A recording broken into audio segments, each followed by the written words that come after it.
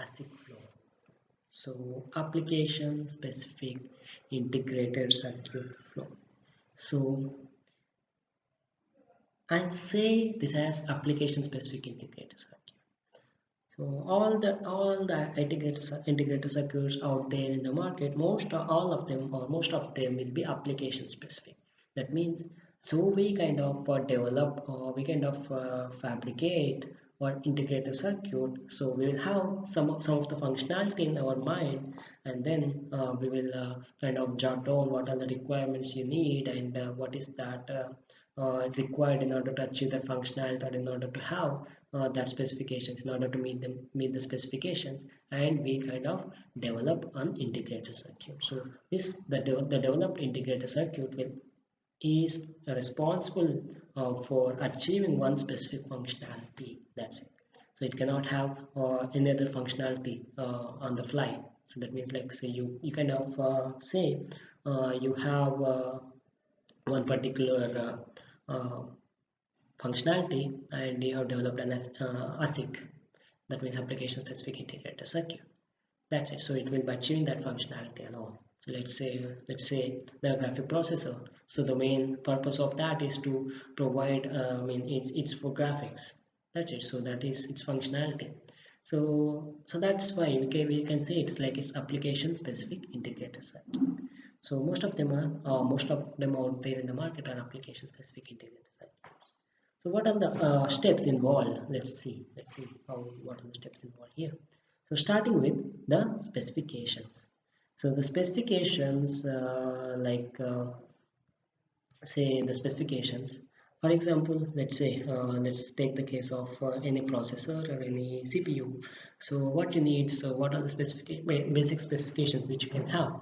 It's like how much is the RAM we have, how much is the cache memory we have, and how fast is the clock, what is the clocking speed in other way, in other words, or I can say how many USB ports it can support, and all these all this together we can say it's specifications. So these are some of the specifications, some part of the specifications you can say, because and also like what kind of protocols we need to use in order to communicate with peripherals, or in order to communicate from a processor to the peripherals. So all these kind of things will be deciding upfront, so that will be coming as part of specifications. Whatever I might have said is it's not complete, it's like part of them, but yeah, so that's how the specifications will look like, or that is what I can say the specifications are. So then we'll jot down them and we'll make that as our requirement, or as our starting step, and then we'll go to the next step. So that is nothing but my architecture design. So in order to have all these specifications, what kind of architecture we need to use, so it's the next one.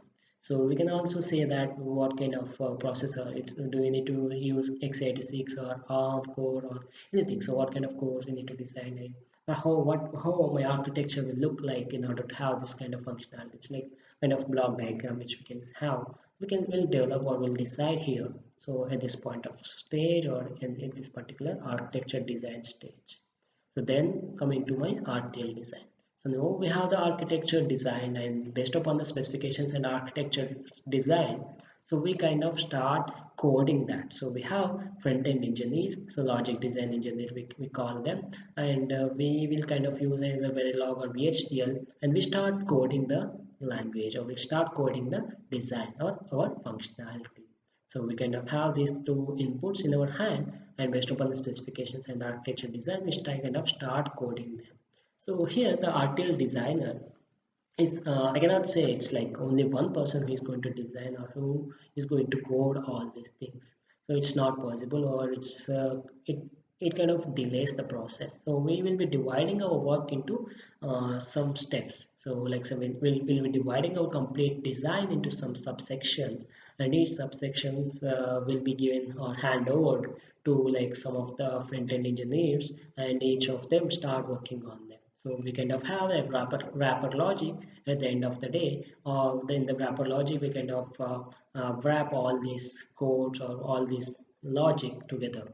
So that means like all some of the engineers together will start working on this, and he will be kind of achieving the functionality which we need. So that means we kind of have no logic in our hand, or after this particular RTL design step we kind of say I can have one logic in our hand, so which is able to achieve our functionality.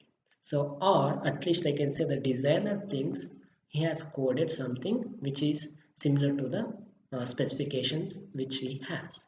So, but someone has to verify it, right? So that is what the step here, the RTL verification. He thinks that he has developed a code according to the specifications. But this particular guy, the RTL verification guy, he kind of identify, or he kind of verify. So whatever this RTL designer has designed is meeting or matching the specifications or not. So I can say some of the like say we can have some uh, iterations possible over here. So RTL designer will come to RTL verification guy. He will verify. He can find out some of the bugs, and he can kind of give it to the front end person, RTL designer. Again, he kind of change that particular thing, and again he will be giving to verification. So some of the iterations might happen over here. So some of the iterations might happen over here, and at the end of this RTL verification stage, I can say so one particular code which is developed and verified will be in our hand. So which meets, or which kind of meets our expectations or specifications. So this is what I can say. It's like at this stage we have that one in our hand. So we kind of use like UVM methodologies in order to like test this, which is more prominent nowadays, UVM. And like say we kind of use various different kind of tools, simulators to test or to verify the functionality over here. So the next one here is like kind of synthesis. So here synthesis. So far whatever may be the things which we have is like completely logical. So at the synthesis stage, what happens is we kind of convert that logic into the gate level netlist. That means whatever may be the functionality which we have, we will develop, or we kind of implement that with the help of the normal regular gates like NAND gate, NOR, or muxes, or any kind of basic functional gauge which we have. So we'll kind of develop our logic, or convert our logic into our uh, gate level netlist. So at this step, so it is the responsibility of the designer he has to design the code in such a way that we can convert all of his logic to the gate level netlist. So at this step, the synthesis guy can say that so some of the code which he has developed is if he can convert to the gate level netlist or not. So he'll kind of give the feedback, but most of the cases this RTL designer himself will check that, and he will give the constructs. He will write the code in such a way that it can be synthesizable. It is synthesizable. That means we can convert that code into the gate level netlist. So at this step, so at the synthesis step, we kind of have one gate level netlist. That means the logic is implemented with the help of basic gates, and that is like kind of output of my synthesis stage. So then coming to my DFT, so design for testability. Okay, so here I just want to say you one kind of the motivation which I had, or why I have chosen this particular VLSI field. So back then when I was in my engineering, I think I have a PC, and it kind of stopped working. So I just took that thing to my technician, and I showed him. So he said that there is some problem in the processor, so you need to buy a new one. So I was surprised. Asked him, so just repair that and give it to me. He just laughed at me and said that so if the processor is gone, they cannot repair that. So I asked him, so why when everything can be repaired, why can't it be repaired? I asked him. So he again laughed. We cannot repair that. So this in this moment, I kind of developed the enthusiasm or kind of it's like bugging me. So what is there inside that which it cannot be repaired? Why this person is saying this? So is he just bluffing, or he's just fooling me, or what? So I just kind of developed that kind of feel, and started thinking more. What is this process, or what is this and everything? So back then we were like very small, and we don't even have. I think even the VLSI subject was not introduced back then. So that's the moment, like say when I developed, I start deep diving more, and I kind of develop that enthusiasm or kind of feel towards this VLSI, and that's how I enter. So again, that's a different part of the story, but let's get back to the business. But here, the DFT, so design for testability. So this is the one step where the DFT engineer will add some kind of code into my design. So once the chip is fabricated, we can kind of test that particular chip.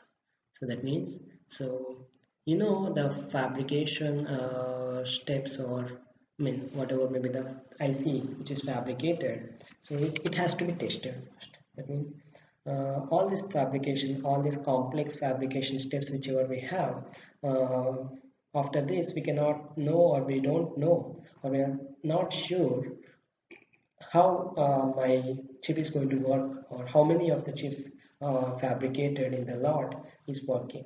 So in order to test that, we kind of need to have a mechanism to test it. So that is how, or that is what my DFT is. So with the help of the DFT, we kind of test the chip. So if the chip which is fabricated is as per our expectations or not. So whatever we have designed, is if it is developed as it is, or is there any kind of mishaps in that. So if uh, if that's there, so we can say like we can this DFT will enable that process, and we will test that chip once it's fabricated, and we will say yes, this is working and this is not working, this can be shipped to the customer, this cannot be. So that decides like yield of the design, also yield of the technology node also. That means like say we have, for example, stay we have one complete die. In that die we can kind of develop some thousands of ICs. So out of the 1,000 in that lot, how many of the transistors are working? So if out of the 1,000, like 800 are working, we can say 80% of the yield we have. Or else, for example, say in that out of 1,000, all the 1,000 are not working. So it's a simple thing, right? That means something is wrong in the fabrication step itself.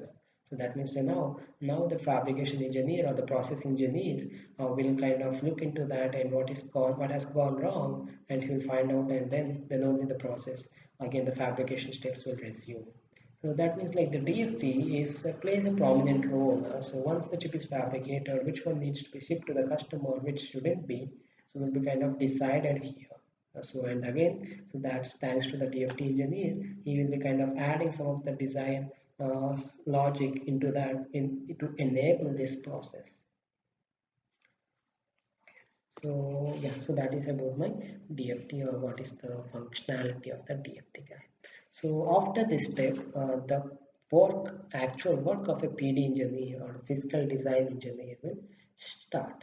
The physical design engineer is the person who will kind of realize the logic. So at this point of time, or till this point of the time, everything which we have is still the logic, or still in the logical format only.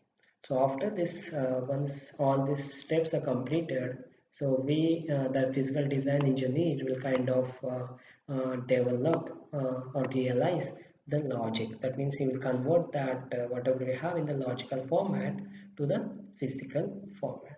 So first step here involved in this process or in the PD flow is the flow plan. Flow plan. So I think all of you guys know about a macro. So in the Excel, we'll be using a macros. What is macro in Excel? In the macro in the Excel is nothing but some sequence of the steps which we follow in order to achieve one functionality.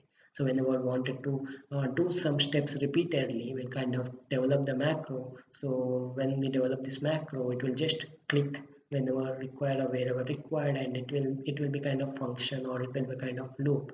So that means we will record that our actions and a macro will be created. Or in other words, I can say in the C language, we have a function. So whenever we want to achieve some specific functionality, we kind of develop the function and we kind of use that repeatedly whenever required. For example, say adder. So we want to add we want to add two elements and add two numbers and produce the output. So we kind of develop a function, C language function, and we can use that whenever required. So that means whenever we wanted to achieve one specific functionality or whenever we wanted to do something repeatedly, we kind of develop a macro. So similar thing we have in the PD also or in our ASIC flow, ASIC design also. Let's say we have a RAM. So let's say whose RAM is capable. For example, let's say one RAM is able to store 1 MB of data. So if our specification says that we need 4 MB, so what happens? What we do is we will use four such things. So one, two, sorry, I'm bad at drawing here, 3 and 4. So we need four such. We have instantiated four such macros. So now as we have four such macros, so here the floor plan means, so let's suppose this is my complete chip. So we need 4 MB of cache where we need to place this 4 MB of cache. So that is what we call it as the floor plan. So we can say I can say that I put it over here like this. Sorry, it cannot be overlapped. It cannot be one over another. So I can say this is kind of present like this. So we have placed all these four macros here like this. So placing of these macros in my chip is what we call it as floor planning. So that is what we do in the floor plan, and this is like one of the important step or in the physical design. Most of the tools will take the floor plan as a reference and its algorithms are based upon that. So that's why I can say the floor planning is like some kind of important step here involved in the PD flow. So after this floor plan, so we have the placement. The placement is nothing but like place. So this is like bigger macros. So again, I also said that in the synthesis step we'll be converting that into gate level netlist. So that means we have like 1 million of transistors in our design. So that means we have many gates which we need to place now on the design. So with our like say manually, if at all we want to place all of them, we can either go mad or we can be doing something wrong, and we cannot kind of have a proper thing. So what we need to do over here, so that's where we'll make use of some of the softwares or PNR tools, we call them either ICC2 or ICC or Novos. So all these are like placement PNR tools we call.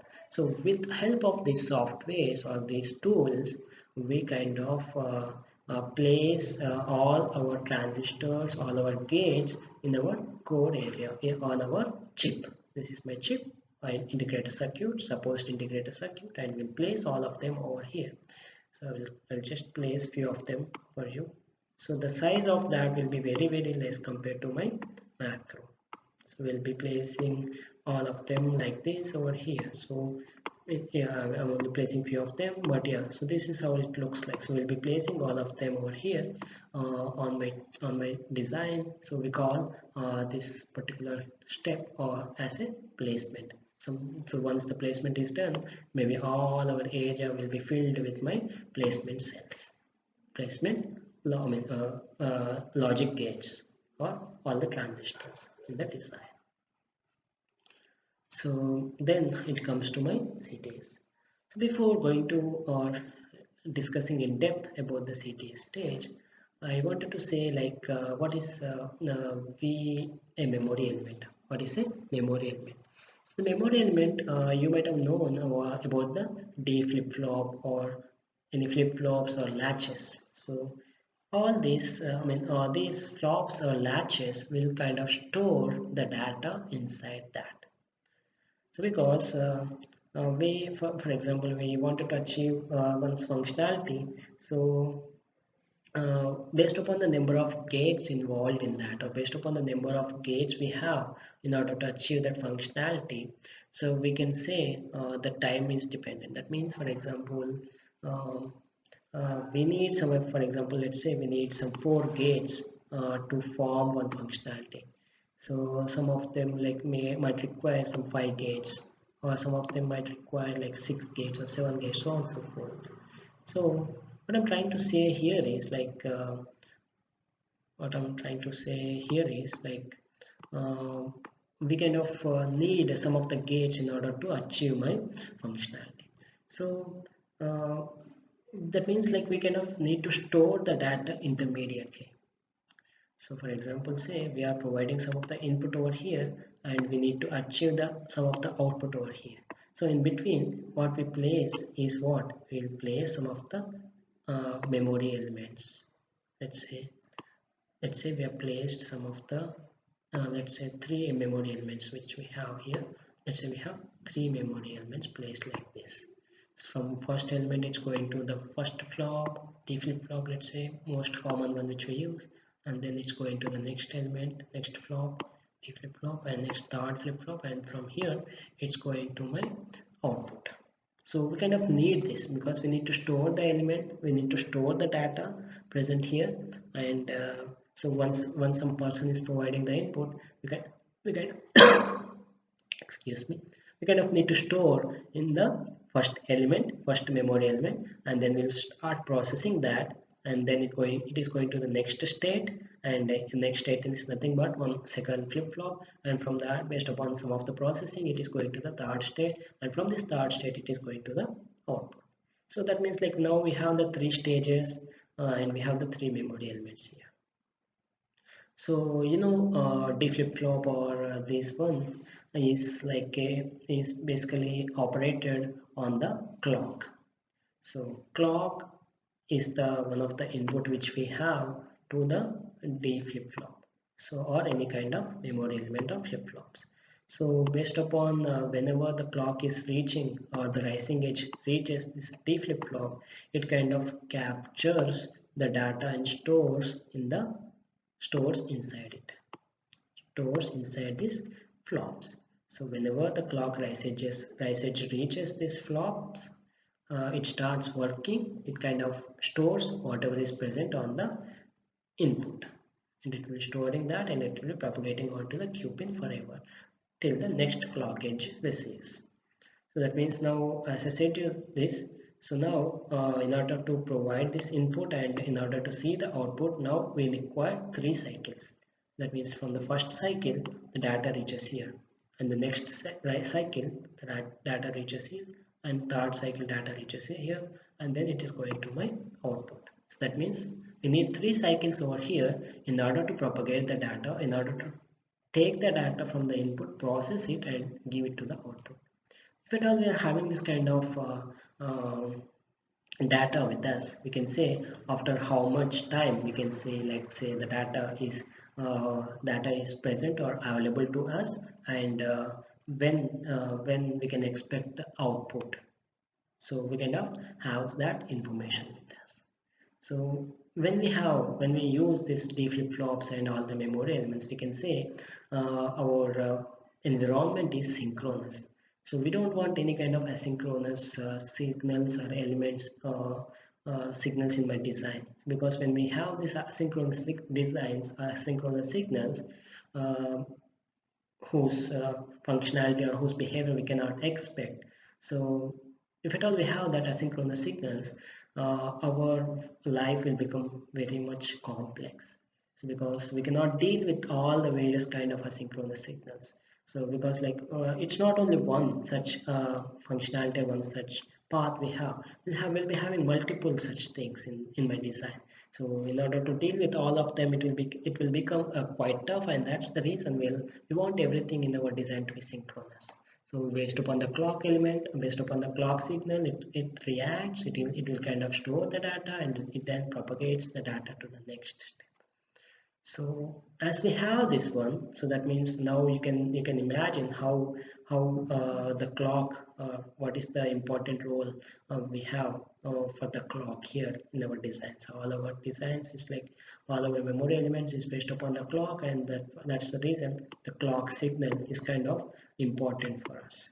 So let's suppose we have a clock signal whose clock period is 1 minute, let's say.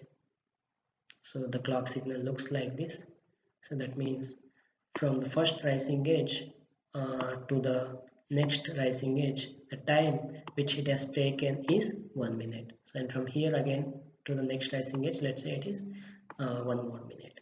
That means once we have provided the input, in order to see the output here, we need now 3 minutes. So just taking some practical example, practical time units, that's minutes. 3 minutes we need from in order to reach from here to here. So it's 3 minutes when clock is provided at the same time to all these three memory elements. Let's say for some reason, because like say this is nearer to the source, for example clock is coming from here, clock signal is coming from here, so clock will reach this flop faster compared to this one. The guy sitting over here will receive the clock after some time compared to the flop or compared to the guy sitting over here. So that means like we kind of have some difference over here. So if we have only three elements in our design, we are seeing or we can sense the difference. But imagine if we have, like say, some millions of memory elements present in our design, how complex it will be to manage all of them. So let's say, so this guy has received the clock and this guy starts working, and then so we will expect that this data needs to be stored in the next memory element after some time, right? So if this guy receives the clock signal late, or if at all this guy receives the clock signal early, so I can say it's like we have something missing over here. So for example, say how in the layman words I can say how can I yeah, because like say the the insertion delay which we have, we call that the time taken for the data, for the signal to reach from the clock source to its to the memory elements, we call it as the insertion delay. So we wanted to maintain that insertion delay constant in all of them. So that's the reason, like say we kind of need one separate step, which is nothing but the CTS. So as part of the CTS, what we will do is we kind of ensure the clock signal is reaching all the memory elements at the same time. So all the clock signal will reach to all the memory elements present in my design at the same time. That's our aim of the CTS. CTS is nothing but clock tree synthesis. So with the help of CTS, we kind of achieve this kind of like target here. So we'll do that CTS, we kind of provide clock signal to all of them at the same time. So then we'll move on to the next step, which is nothing but routing. So routing, here routing in the sense, so far we are saying that communication is present from here to here. So it's only logical. So in order to connect this output pin to this input pin, what we need to have? We need to have some physical connections, right? So that is with the help of the metal shapes. So with the help of the metal shapes, we will connect its output pin to this input pin. So most of the cases, this metals are nothing but the coppers. Some of the cases like where the resistivity matters, we'll be kind of using the gold also. But most of the cases we'll be using the copper. So we'll be kind of we're using one metal shape, one metal piece, and then connect from output pin to the input pin with that metal shape. So when we do that, what happens is now we can say the physical connections is also formed. Till the routing stage, I can say there is no physical communication or physical connection. After this routing, I can say the physical connection is now formed over here. So we are kind of connecting one metal shape to the other metal shape, and now I can say the routing is done. And with the routing, with this one, we can kind of we say we have realized that logic completely. That means whatever is present in the logical format, we have converted that to the physical format altogether till this routing stage. So, but now, as I said to you, as I mean, everything needs to be verified. So, same that is what we have. One of the important step, sign off. So, in the sign off step, we kind of test whatever we have achieved or whatever we kind of converted that logical thing to physical format, or we have realized that logic or not. We will be kind of checking, we'll be having multiple or various kind of checks in order to scrutinize that, in order to get that confirmation. We'll be doing that at this kind of step, and then we say we can tape out the design. The tape out is like the process of sending the data to the fabrication for the fabrication. So we can kind of do the tape out, and with this with the work of the PD engineer will finish. So once that is done, the tape out is done, and the data is being sent to the foundry for fabrication. So the fabrication, some of the steps involved in the fabrication, it will be involved and it will be done, and it is fabricated and IC will be out. So as I said to you, the packaging and testing team will be there. So I mean, in the process, in the fabrication itself, the DFT, the logic whichever we have used will be used here, and it will be tested, and whatever is working, it will be shipped, and other one will be discarded or thrown out there itself. So, and then we'll be sending that to the packaging and testing team. Packaging is nothing but like, if at all you have seen the fabric in the IC, so it will be inside one package. It will be either in the ceramic package or it will be either in the plastic package. So nowadays, like we are using the plastic packages, and this packages is kind of sealed. That means like it's airtight, and we kind of not allow any of the dust particles or nothing to go inside this particular chip, because if at all even a tiny teeniest dust particle is present or entered into that, the functionality of it will be disturbed, and it will be completely damaging that chip. So the packaging is pretty much important and very important. And after this packaging, so we can only see the outputs. Like say, we can kind of see some of the some of the bond pads or some of the pins, so with which we can communicate with our IC, integrated circuit, which is fabricated, or our silicon, which is present inside my package. So after this, like we will be having the testing team. So the testing team will rigorously check the performance of this particular guy. So we have developed this particular one according to some specifications, and if so we are we able to achieve, or we have achieved that particular testing or that functionality or not. We'll be having this guy. We'll be doing over here. So you might have seen some of the jobs, like the person who wants to who wants to play games from day in to day out.